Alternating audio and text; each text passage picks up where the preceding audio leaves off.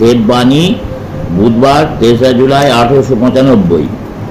বার্ষিক সুবিদিকের কবিতায় আছে, একদিন এমন ছিল যখন আমি নারী ও তিনি পুরুষ ছিলেন, উভয়ের মধ্যে ভালোবাসা বাড়তে লাগলো, শেষে তিনি বা আমি কেউই রইলাম না। এখন এইটুকু মাত্র অস্পষ্টভাবে স্মরণ হয় যে একসঙ্গে দুজন পৃথক লোক ছিল, শেষে প্রেম এসে উভয়কে এক করে দিলেন। জ্ঞান অনাদি অনন্তকাল বর্তমান, ঈশ্বর যতদিন আছেন জ্ঞানও ততদিন আছে। যে ব্যক্তি কোনো আধ্যাত্মিক নিয়ম আবিষ্কার করেন তাকেই ইন্সপায়ার্ড বা প্রত্যাদিষ্ট পুরুষ বা ঋষি বলে। তিনি যা প্রকাশ করেন তাকে রিভেলেশন বা অপৌরুষেয় বাণী বলেন।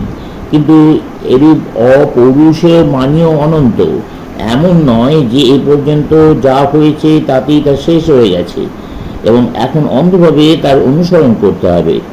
বিজেতারা হিন্দুদের ধর্মকে এতদিন ধরে সমালোচনা করে এসেছে যে এখন তারা নিজেরাই নিজেদের ধর্ম সমালোচনা করতে সাহস করে, আর এর ফলে তারা স্বাধীনচেতা হয়ে গিয়েছে। তাদের বৈদেশিক শাসনকর্তারা অজ্ঞাতসারে হিন্দুদের পায়ের বেড়ি ভেঙে দিয়েছে। হিন্দুরা জগতের মধ্যে সবচেয়ে ধার্মিক জাতি হয়েও বাস্তবে কি ভগবত নিন্দা বা ধর্মনিন্দা কাকে বলে তা জানে না। তাদের মতে ভগবান বা ধর্ম সম্বন্ধে যে কোনোভাবে আলোচনা করা হোক না, তাতেই পবিত্রতা ও কল্যাণ লাভ হয়ে থাকে, আর তারা অবতার বা শাস্ত্র বা ধর্মধ্বজিতার প্রতি কোনো প্রকার কৃত্রিম শ্রদ্ধা বা ভক্তি দেখায় না। খ্রিস্টের ধর্ম সম্প্রদায় খ্রিস্টকে তাদের নিজেদের মত অনুযায়ী গড়ে তোলবার চেষ্টা করেছে, কিন্তু খ্রিস্টীয় জীবনাদর্শে নিজেদের গড়বার চেষ্টা করেনি। এই জন্যে খ্রিস্ট সম্বন্ধে যে সকল গ্রন্থ উক্ত সম্প্রদায়ের সাময়িক উদ্দেশ্য সিদ্ধ করবার সহায় হয়েছিল, কেবল সেইগুলিকেই রাখা হয়েছিল। সুতরাং সেই গ্রন্থগুলির ওপর কখনো নির্ভর করা যেতে পারে না। আর এরূপ গ্রন্থ বা শাস্ত্র উপাসনা সর্বাপেক্ষা নিকৃষ্ট পৌত্তলিকতা, ওটা আমাদের হাত পা একবারে বেঁধে রেখে দেয়। এদের মতে কি বিজ্ঞান, কি ধর্ম, কি দর্শন, সব কিছু ওই শাস্ত্রের মত অনুযায়ী হতে হবে। প্রোটেস্ট্যান্টদের এই বাইবেলের অত্যাচার সর্বাপেক্ষা ভয়ানক অত্যাচার। খ্রিস্টানদের সময়ের প্রত্যেকের মাথার উপর একটা প্রকাণ্ড গির্জা চাপানো রয়েছে, আর তার উপর একটা ধর্মগ্রন্থ, কিন্তু তবুও মানুষ বেঁচে রয়েছে আর তার উন্নতিও হচ্ছে। এতেই কি প্রমাণিত হচ্ছে না যে মানুষ ঈশ্বর স্বরূপ? জীবের মধ্যে মানুষই সর্বোচ্চ জীব আর পৃথিবী সর্বোচ্চ লোক। আমরা ঈশ্বরকে মানুষের চেয়ে বড় বলে ধারণা করতে পারি না। সুতরাং আমাদের ঈশ্বর মানুষ, আবার মানুষও ঈশ্বর। যখন আমরা মনুষ্যভাবের ওপরে উঠে তার অতীত উচ্চতর কোনো কিছু সাক্ষাৎ করি, তখন আমাদের এই জগৎ ছেড়ে দেহ, মন, কল্পনা এসবেরই বাইরে লাভ দিতে হয়। আমরা যখন উচ্চ অবস্থা লাভ করে সেই অনন্ত স্বরূপ হই, তখন আর আমরা এই জগতে থাকি না। আমাদের এই জগৎ ছাড়া অন্য কোনো জগৎ জানবার সম্ভাবনা নেই, আর মানুষ এই জগতের সর্বোচ্চ সীমা। পশুদের সম্বন্ধে আমরা যা জানতে পারি তা কেবল সাদৃশ্যমূলক জ্ঞান। আমরা নিজেরা যা কিছু করে থাকি অথবা অনুভব করি, তাই দিয়ে আমরা তাদের বিচার করে থাকি। সমুদয় জ্ঞানের সমষ্টি সর্বদাই সমান, কেবল সেটা কখনো বেশি কখনো কম অভিব্যক্ত হয়, এই মাত্র। ওই জ্ঞানের একমাত্র উৎস আমাদের ভেতরেই, এবং কেবল সেইখানেই ওই জ্ঞান লাভ করা যায়। সমুদয় কাব্য, চিত্তবিদ্যা, সঙ্গীত কেবল ভাষা, বর্ণ, ধ্বনির মধ্য দিয়ে ভাবের অভিব্যক্তি ছাড়া কিছুই নয়। ধন্য তারা যারা শীঘ্র পাপের ফলও ভোগ করে, তাদের হিসাব শীঘ্র মিটে গেল। যাদের পাপের প্রতিফল বিলম্বে আসে তাদের মহা দুর্দৈব, তাদের বেশি বেশি ভুগতে হবে। যারা সমর্থ ভাব লাভ করেছেন তারাই ব্রহ্মে অবস্থিত বলে কথিত হন।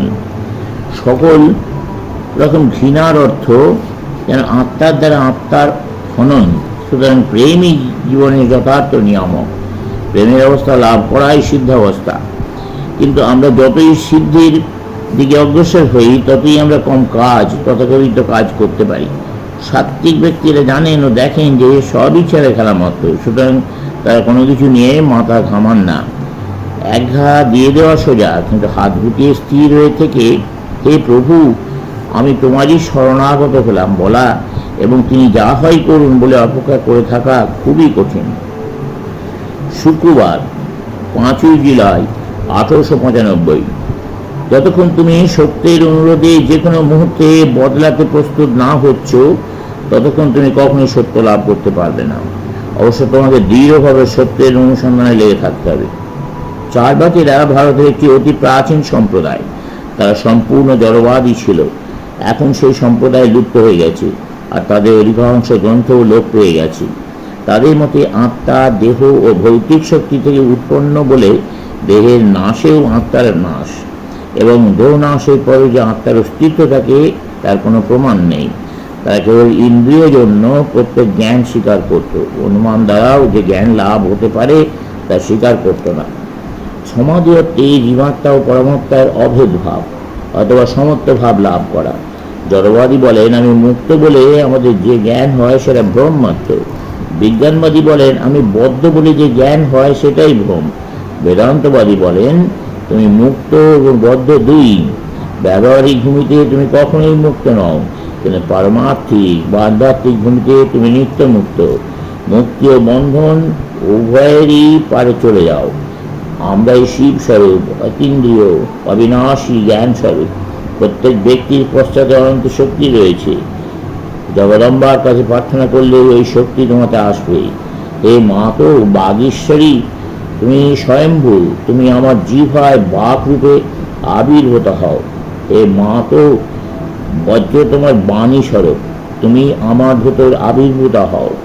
হে কালী, তুমি অনন্ত কালরূপিণী, তুমি অমোঘ শক্তি স্বরূপিণী। চলবে।